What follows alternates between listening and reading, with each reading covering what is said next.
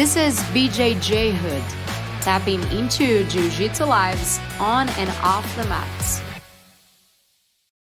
Hello. We are back with the BJJHOOD Podcast. I'm Babby, your host, and we're here to share inspirational stories about women in Jiu-Jitsu, a little bit about how Jiu-Jitsu changed their lives, and I hope you stay here with us.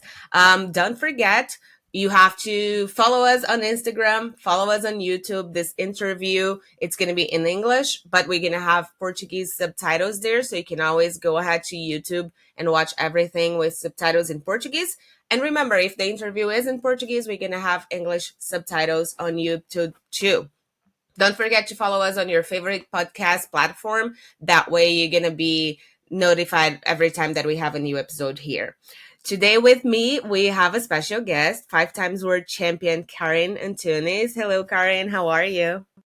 Thank you for inviting me. Of Really course. excited. Thank you for coming. Karen's a 5-time world champion. Of course, she has her own school with her husband, 2 daughters, right? 2 daughters. Nice. And I will let her introduce herself right now. Tell me a little bit about your story, a bit about yourself, like where you live right now, where are your schools?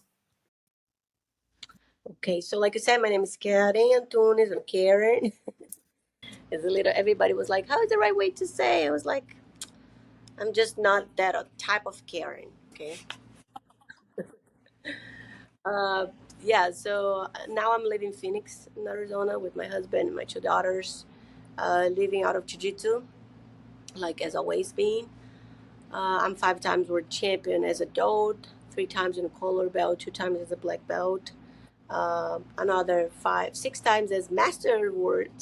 I just competed this weekend. Just became, right? Yeah, it was good to be back after 2 years. I had my daughter's 1.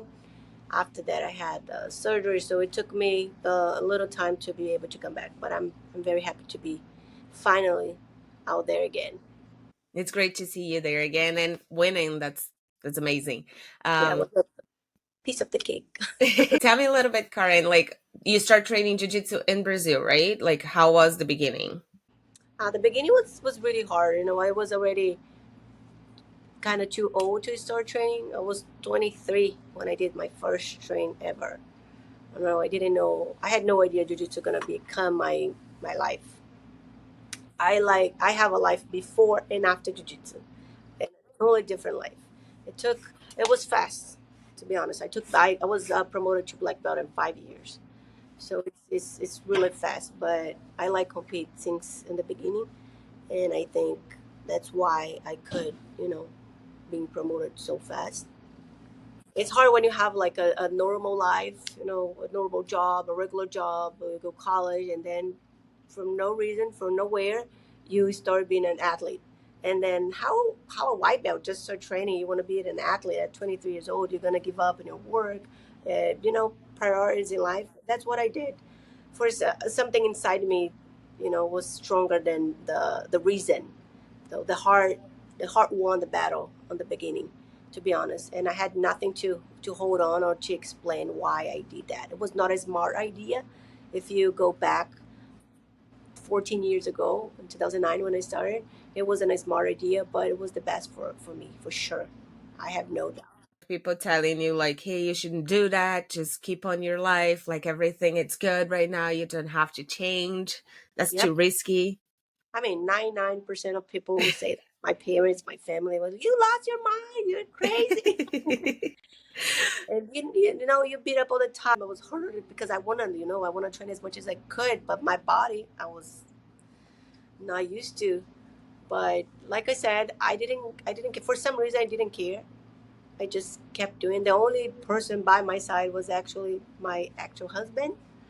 By the first time I ever stepped on the mat, he was the coach, and he didn't believe like I go last. He just like go train. But after a few months, we started like connecting, seeing each other in different ways, and he was the only one who always believed in me. He was always, no, you have something special. You gotta keep going. I'm gonna help you anyway. Like I used to go college, Brazil at nighttime, And I end up college like 10:30 p.m. and then I go straight to the gym to train 11 p.m. with him and another two friends that was there to help me out to be able to compete. It was hard, but it's so worth it. Yeah, we can see right now everything paid off, right? Like you Yep. had a hard beginning, you had to give up on a lot of things, you didn't know what you would become, but you worked so hard that here it is. Like you have your own school, you became a world champion so many times with a black belt, like a great career, still competing. So it's amazing to see that. And it's funny when you say that because it's like kind of like how I started. I started late in life. I was 24. Um, and the same idea. I finished school before that, but when I start training, my training was at 10 to midnight, and there was not a lot of people too, right? But who brought you to jiu-jitsu? Like who showed you the idea? I thought you met your husband before, but no, you guys met on jiu-jitsu. No, I knew him from the same city, same Okay. hometown. Like we know each other, but we're not friends. We have friends in common, but we're not friends ourselves. My younger sister was friends with him, and my older brother, that is 8 years older than me, he was always crazy about jiu-jitsu, you know. But it was a life, was a hard life. My brother was an addicted, so the only time he could be longer period without being any trouble, he gonna be health, was when he was doing jiu-jitsu. Michael's coach that helped him a lot to get into jiu-jitsu, you know, with the geese, with membership. He was always trying to help him. So, and I have a good feeling about jiu-jitsu, but I never want to try myself until my younger sister started like begging me to go with her. She was, please, just once, just one time. And my younger sister was actually friend with him. And one day I was like, fine, I'm coming, but just once, just one time. And she was like, okay. She was being trained like about 2 weeks. And then that one day, that one time, it made me like totally fall in love with jiu-jitsu. That's And I amazing. get addicted since day one. It's That's great. crazy, but that's the truth. Yeah, that's amazing. And when you start training, there was like a lot of girls at your school. How was it? Like, Yeah, how was we that experience? we did, when I started, it was a good group of women, like 4 or 5. I mean, by the Mm-hmm. time it was a really good group, 4 or 5 always. And then over time, when I'm started being more consistent, you know, I saw other stars they stopped training, and now other girls started coming. So we kept losing those girls for life. One got married, got pregnant, and then other one, no, now I gotta focus on college. Life started like changing. And then at some point it was just me. Even my sister, at some point she was like, no, I have to focus on school, on work, and I don't have all this time. I don't want to be competing anymore. Because at first was both of us. We go every tournament, every 2 weeks, every month. We've been competing. But then she started like slowing down, and I just kept going. You know, because Do you feel like that's I don't know, I don't think today is like that, but before I think it was really common. Like the girls would start, but if something happened, they wouldn't keep going. It was more just like a hobby. And for the guys, even if they were not competing, like they would be more consistent. Like they would keep going and I don't know, maybe have a bigger goal and getting to a higher bout. And the girls would not like follow no, that because I felt that on my school too. Like a lot of the girls would come train for a while, like a couple months, and then leave. I think that's the same with still the same, you know, because it's hard being a woman and keep jiu-jitsu as a priority. If they We can go, I know it's hard to say, but yeah, you can see even with the relationship, they're single and they train and they get excited, they make like friendship, they make connections, and then they start dating someone else that has no clue what about jiu-jitsu, and then they stop missing one train here, one train there, and then they got excited with something else with that partner, and then boom, they're gone. I'm not saying that's wrong, that's right, but usually it's what I see, what being like training all those years that I see what happened. They get really excited at the beginning, blah blah blah blah blah blah, and then oh, let's see, they got a new job and they don't have a schedule to train anymore, or they move out states and then they lost the friendship. They are kind of it's hard to do the first step. It's so intimidating to being a woman, go by yourself and start a new gym, a new training. So I think, and I now like seems like more mature. I've been telling people over the years, if some woman sign up in your gym and they don't stay, it's your fault. It's the woman's fault. The group of women that do not make them feel welcome. So since I had that click, I tell my girls I'm not at the gym every single training anymore because I have the two kids to take care of nighttime. So my husband and I, we balance. I stay more with them at night because they have a routine, and he stay all the evening class at the school. He's so good with everyone. He's good with the kids. He's good with the women. All the girls love him. And it's a very respectful environment. And every time somebody show up, all the girls make the new woman, the new female, the new girl. It doesn't matter the age. We have teenagers on the beginners. We have moms at 45. It's 50. It's just changing, I think, the environment, the way you bring people, those female, to the training. But I still think it's still not a priority. They always gonna put the kids first, the job first, the partner first. And we still being putting that on the second plane. The guys, yeah, they kind of, I see like they can manage better. It's kind of more, they justify better jujitsu for them, woman, for some reason. Yeah, that's what I was gonna ask you. Like, as a look at her, so sweet. Hi. That's what I was gonna ask you. Being like a gym owner, what do you think that could be done to make those women more welcoming? Because I work at a jiu-jitsu school as a front desk, and I'm a brown belt today, and that's what we try to do at our gym. It's have all the girls understanding the same thing. One, like we're here all together, and we need everybody together on the mats, like we can help each other. And the second part is also kind of like educating the men too on like you guys have to know how to treat the woman, how to train with them when they come in and make them feel comfortable because for most people it's really really intimidating and it's really hard to get into a gym and you look there's like a bunch of sweaty men training hard and like trying to murder each other and then you're like that's not for me. For most people they're gonna like back out. So like what do you do at your school? You already said a little bit about it, but like your husband, yourself, what do you guys do on making those women feel comfortable and what do you think that could be done and should be done at other schools too? So that was one thing I started saying during like traveling to seminars to other school, where mixed seminar where we have a man, woman, right, all mixed and they don't know each other. So I started telling people, please, male, do not invite any female to train because sometimes we feel uncomfortable and we don't know how to say no because we don't want to be rude. It's kind of etiquette. So if you're a man, please invite other men to train and let the woman, if the woman want to invite you, it's not, you know they are allowed to, but they're gonna feel more comfortable. So yes, let the woman pick other woman if they feel more comfortable, but if they don't care, because once you start training you see that's no difference, right?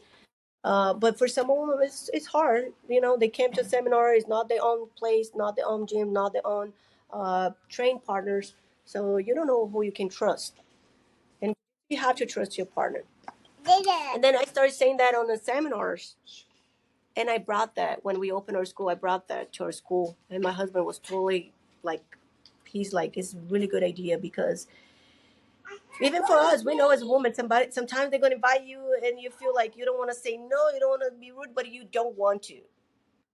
But in our gym, it's like that. If our female want to train with the guys, awesome. Or if I train with everybody. Uh, but if they don't like, they don't ever had to train with the male partner. For any reason they might have, they don't feel comfortable, or they're afraid, they're scared, or a partner doesn't like it, or whatever. So they feel safe, and I feel like when they come, oh, I don't have to go with the sweaty, smelly guys. They relax a little more. But Yeah, what we do at our school is that too. Like we try to let the women pick first. Like women's always pick first. They decide whoever they want to go with, and then the guys can pick after. yeah. So we ask them to never invite a female to train. They That's can great. invite me, That's yeah, but invite you if that you are used to it. Like yeah, so that yeah, helps. that's a great thing. And that's what we try to tell the women too. It's like I know it can look a little weird in the beginning, but you guys are gonna realize within time that the guys are fine. Like we don't have any creepy here. If we do have anybody that is in our gym and that could cause any kind of problem like that, we're not going to allow him to come anymore, because that's not like the culture that we want, right? Like, we want everybody to feel safe. If it's a school, it's a school that we want everybody, kids, the moms, the young girls, like everybody has to feel safe, and the men too. Like, we talk about women all the time, but that's for Yeah, the men too, right? They want because to be safe. it's not very very like common that happen with the backward like woman harassed like being mean to the or too aggressive in some ways with the guy. It's not very very common, but it could happen. It happened other places, and we have to be open to all kind of bad situations. We have to be ready. If I had to kick out a woman for being inappropriate, I will. It's same as a guy, But unfortunately, that happen more with me knowing the limits. We talk to our students also. If we have all the coach like be respectful with everybody. I don't want to like don't mess with your students. Don't flirt. Little things like that. I think help. We want to come and train. We don't want to come and worry about other things. Yes, that's true. I saw that you were starting like a self-defense program at your school. So tell me a little bit more about that. Do you think that's going to also attract more women to maybe start at self-defense and at some time transitioning into jiu-jitsu? Because we know jiu-jitsu is really important for everybody, but especially for women, for kids and young women too. What's your plan with the new program? I mean, the main goal was that I'm very passionate about this now. Like bringing more women to jiu-jitsu, and how can we make a different approach. It's really hard to separate self-defense from jiu-jitsu. Like jiu-jitsu is all about self-defense. It's competition is such a smaller part of the benefit jiu-jitsu can make in your life. And now, as like my daughter's already 1 year old, I can be more involved. And we have so much family at the gym, so many like women see and was like, I don't think jiu-jitsu is for me, like fighting is too tough. So it's a different approach to to might bring those women to after the like I'm starting with. I did a seminar, it was great, people loved it, and then I'm making a 4 weeks program now. So after the end of the 4 weeks program, then I want to put in the schedule, like every week, maybe once, maybe 2 times a week, depending on how this public gonna respond. But that's what I'm really hoping, it's bringing more women to jiu-jitsu to break the first, to break the to break the feeling of I'm not made for this. I'm not to fight. And in Arizona, it's Phoenix is kind of a crazy area. Wherever you walk, you see homeless everywhere. You want to be prepared. A few weeks ago, one woman, I think she was not even 30, she went out for a run during the day, and she got killed for a random. And the guy was she was just a random victim. Maybe if she knew a little bit, she could protect herself and run away and Mhm. be safe. Yeah. So That's what I tell a lot of people too, when especially like online, when if you post a video of a self-defense situation and somebody's like, oh, that's not gonna work, like a guy's gonna be way stronger than you. But I think what we have to think as women and like as jiu-jitsu practitioners, they're trying to spread that self-defense part of it to everybody. It's like, even if you can't save yourself, like this girl might not be able to save herself, but she could fight, she could put on a fight, or at least be aware of her surroundings and like realize if somebody is trying to follow you, if somebody is looking kind of weird. I think we become more aware of our surroundings, right? yeah, that's what I say when I was teaching the seminar and the classes. Be aware of the situation. Don't go for a run and put both sides of little things, both sides of your headphone. So you don't know when he got close. She could be a better runner than him. She might not be stronger, but with technique, she could fight him.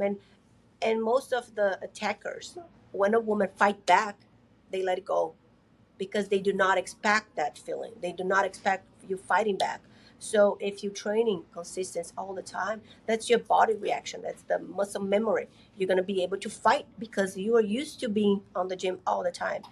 But if you do a self-defense seminar one day and doesn't do anything else, it won't work. I'm sorry, but it's not gonna work. It doesn't. You have to practice, like everything in life. If you don't practice, like English, I never had a class. I got better, like trying. I came first time here. I didn't.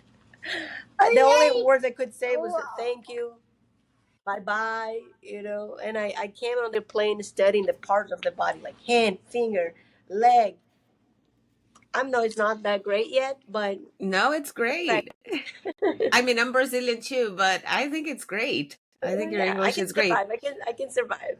Yeah, and that's amazing to think about that, like being part of your story of the things that you overcame to become who you are today. It's like, look how much work you have to put on. It's not just the work on the mats as like training hard and like doing your best, but also trying to become a better person on learning more English, and then maybe work on some different programs so you could like help other people too. Jiu-jitsu is not just about you and like your own career, your own life. It's about you now helping other people too, and spreading that to And other people, right? like a funny story about the self defense first and learning, like we have to learn because it's different approach, different techniques.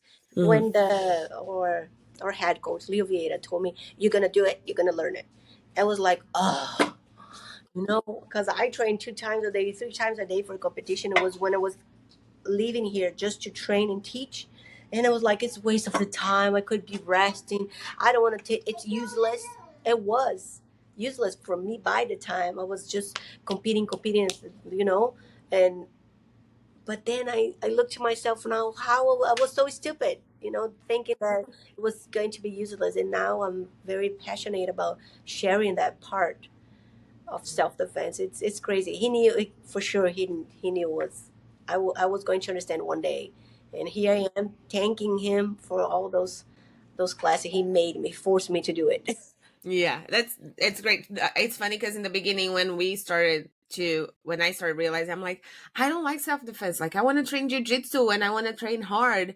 But then Yeah, it's like, I think as you grow older, and for me, like as I was getting like another belt and getting closer to my black belt, I start realizing that it's like, for me, I might love jujitsu and I love competing and I love training hard, but I also want other women to be here and to maybe get to the point where I am right now of loving it so much, but their way to get here might be a little different from mine, and maybe giving them some self-defense and being there for them and like kind of like easing the way into jujitsu, that might be better. It yeah. helps 'Cause them. at some point, jiu-jitsu is very selfish, Hmm. and I don't know if it's I don't think it has anything to do with the age. When you get older, it's the experience. You experience things, and then you start being less selfish. You started being worried just about your progress. You want to get better. Like that was the way it was for me. It was just me. I don't care about my partner. But once you start teaching, you're like, what? I have to be able to teach everybody, everyone, little kids. I have to be able to teach them and talk the same languages. They could understand. They can feel motivated. But then I have to know how to talk with the teenagers. I have to talk with older people. Woo! No. No, no, no, no, no. Be like trouble. Try to. Yay. Uhum. Fala, papai. Não, Ai, Breno. não. Não, não, Coisa não. linda. Deixa Pode ficar com ela se quiser, não tem problema não. ela, Ela tá papai. quietinha. Ela quer só ver o que você tá fazendo. Sure, that is girl now. Hi. Olha aqui, mãe. Ai, coisa linda. It's okay. I think it's also about that too. You got to adapt your life now on having 2 kids and having a baby again, right? Your other daughter is a little older. Tell me a little bit about it. Like, how do you manage everything on being a mom, being a competitor, training hard for competition, like coming back now, teaching, trying to like you said, speak all the languages for everybody that it's different at your school. Like, how do you do that? I mean, I don't, right? Some days I don't. So I decided I still want to compete as adult, but the amount of training that I can get, the the the amount of time that I can focus on myself only is limited. So what I could do is come back as a master and being progressing. When baby are older and the kids need kind of less of my time, and I can focus on me more without sacrificing them. Then I'll be back. I want to do one more year. One more year as an adult, and then I'm done. Then you're Just gonna be done. But do you think just you're gonna keep doing masters? Yeah, right. yes, I want to, but I want to do one more year as adult. I don't know if it's gonna be next year. If I'm gonna, because I'm starting now, trying to get ready for next year. Maybe pens and adult, pens and words as adult, and then I boom just masters. Then I'm gonna be the. But I love competing as master because it's a different feeling. It's a different energy. It's lighter. Everybody is happier just to be there. It's not as it's not as like really heavy energy like adults getting. Uh-huh. The The pressure the of being an pressure, adult. responsibility, the mental prepare that you have to be is different. Uh-huh. Yeah. It's really different.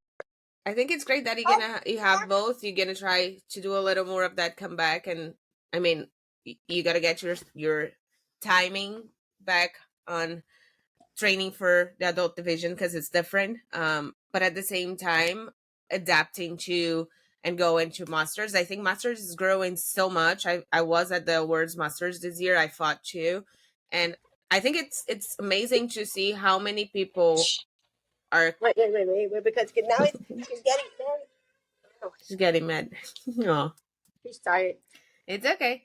I was just saying that I think it's great to see how masters is growing too, and getting to the point where there are so many and such hard fights too, right? Even though it's lighter, it's a different scenario from the words for adults, but it's been growing, and I think that's amazing too. I think we're going to see a lot of different competitions in the future too for masters. Yeah, I competed 6 times, 6 years. I was out maybe 3 years. I don't know when I could compete the first time. Yeah, because I competed as 30 years old. I will be 38 in December. So, since the first year, even the year that I won, 2018, I won awards as adult, I still did compete the master. And people were like, why are you competing master? I was like, why not? Yeah, why not? Why not? Everybody else in your division was probably like, oh no, here she comes. Yeah, so let us win. Yeah. Why not? It's such an amazing tournament, and I love Master Worlds every year. So I go every year because it's really worth it, the experience, and we see all the friends. But it's every year it gets harder and harder. You see the Meow brother now compete just as a master, and like, oh shoot, do you think it's gonna be okay? And then you see now as a female, we see Natalie Tata. That's what I was gonna say. I told my husband this year, I'm like, oh my god, I don't want to be a black belt as masters, because before you were like, oh, it's fine, it's masters. No, it's not. Karen's there, Natalie is there. I saw the other girls. What's her name? There's another girl too that competes as adult, and I'm like, what are they doing here? Like, leave it to the old people. Because we ought to, I know. We don't know our spot in the award yet, so we're kind of trying everything. Yeah. We refuse to say bye to adults like me, but we transitioning. Yes, slowly. So like holding a little to adults, but and it's for me. I think it's less a rival feeling. As adult, I want to hate everybody that's gonna I fight with. I don't want to be friends. I don't want to talk. It's not personal. It's nothing against them. It's for me. I need to build that. The little anger inside me, so I can fight well. When I like the person too much, it's hard for me. So I need them to be a little rival before. Like, I want to hate you just a little bit, just enough. Just before, After we fight, boom. For 10 minutes. Yeah, but that's the thing I have to build also for master, because all the women are so nice. they're so nice to each other, and I'm gonna try. I'm gonna be stay away from everybody because I don't want to be mean. I don't want to be rude, but I want to be able to fight the way I like to fight. You know, it messed up my head. It messed up my head when they're too nice. Yeah, it makes total sense. I It was can gonna be ask friend you. talk too. Yeah, I was just wanting to ask you a little about what do you think about this new scenario. We had the BJJ stars recently with paying women the same amount that they pay men. Um, when you started, I don't think it was like that. Like I saw a little bit of things that you said on your Instagram too, and like you didn't even know that it was possible to live off of jiu-jitsu when you were Hmm. younger. And now you do live, and now we see that it's growing, the scenario, it's opening more doors for women. Like what would be the ideal scenario on your mind as a competitor, but also as a professor, that it's bringing new girls, new women into jiu-jitsu? I mean, what FEPA does is the what every other promoter should be doing. So I can't really complain a lot about it. Fight to Win. Seth did Fight to Win. He started Fight to Win when the year that I opened my school, 2019. I leave out of Fight to Win. The purse he paid me real well, and motivate me to train and be open in the school and build that. It was worth it for me because it really like it's saved my life being fighting Fight to Win. So, and he brought a lot of women, a lot of women. He promoted a lot of women, like not just me, but all the other black belt world champion that compared to Fight to Win. It was a really good. It opened. I think open up the doors for us women here in the United States. And I don't remember any other event before the Fight to Win Seth Daniels that could invite and have like a female fight as the main event or co-main event. He was the first one, and I'm very thankful for that. Very grateful. And what FIPA did, it's great, opened the doors, but I think it's not like a woman against woman or a woman like it's about the male too. Because if the men keep saying, "Oh, it's boring fight. Oh, it's not worth it," man, watch words. The finals, the female one was more exciting and way better to watch, even if you don't know anything about jiu-jitsu, than some uh, the the male finals. It's not Uh-huh. about that. It's about if you're a head coach, like Michael, like maybe your husband. I don't know. Uh, if you're a male, like please support the idea also. It's not just the female of the gym. We have like 20% of the gym it's from women. What is the 80% supporting the event? It could be your daughter in the next future competing, and then you're going to start seeing that the importance of it, like supporting the woman. It's not just we are less in number, but we if we get the the men watching and supporting, then we're gonna be equal. That's what we need. It cannot be pushing. Oh, women do not support. It's hard to have anything just for women jiu-jitsu. Because we do feel. I can tell by my own experience. It's like women. It's not support each other, but we do it. We just less in number.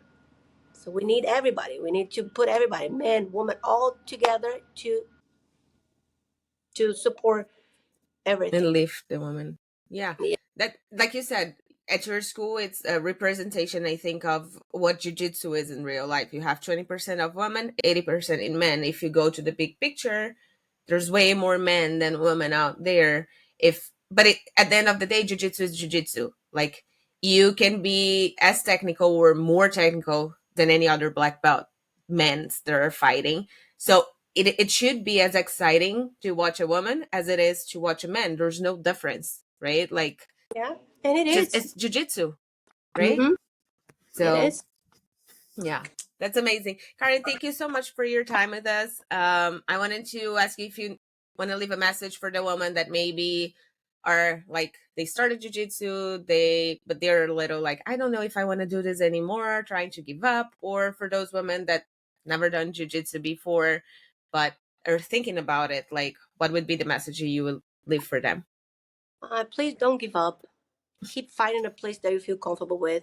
I know it's a big. We talk a lot about leaving your school, your family, but if you don't fit, if you don't feel like, if you had feeling that it's not a place for you, find another one. But don't give up. Keep looking. There's so many good jiu-jitsu, so many family environments.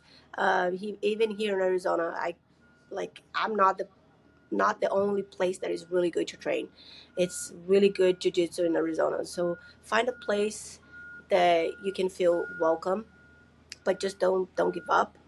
And if you're a woman, do the first step. It's gonna be worth it. Can save your life, your kid's life. And yeah, I'm not I'm just packed to say about it, because I'm just passionate about jiu-jitsu and how much it could change lives, like change mine.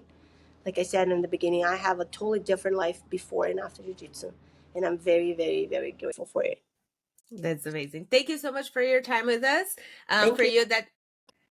For you that's listening, the BJJHOOD Podcast, don't forget to follow us on Instagram at BJJHOOD Podcast. On YouTube, again, we're having subtitles, either English or Portuguese, depending on the interviews that we have here. It's the same, BJJHOOD Podcast. And don't forget to follow us on your favorite podcast platform so you don't miss any episodes. Thank you so much, and I'll see you next time.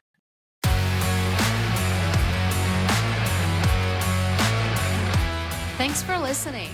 Would you like to share your story?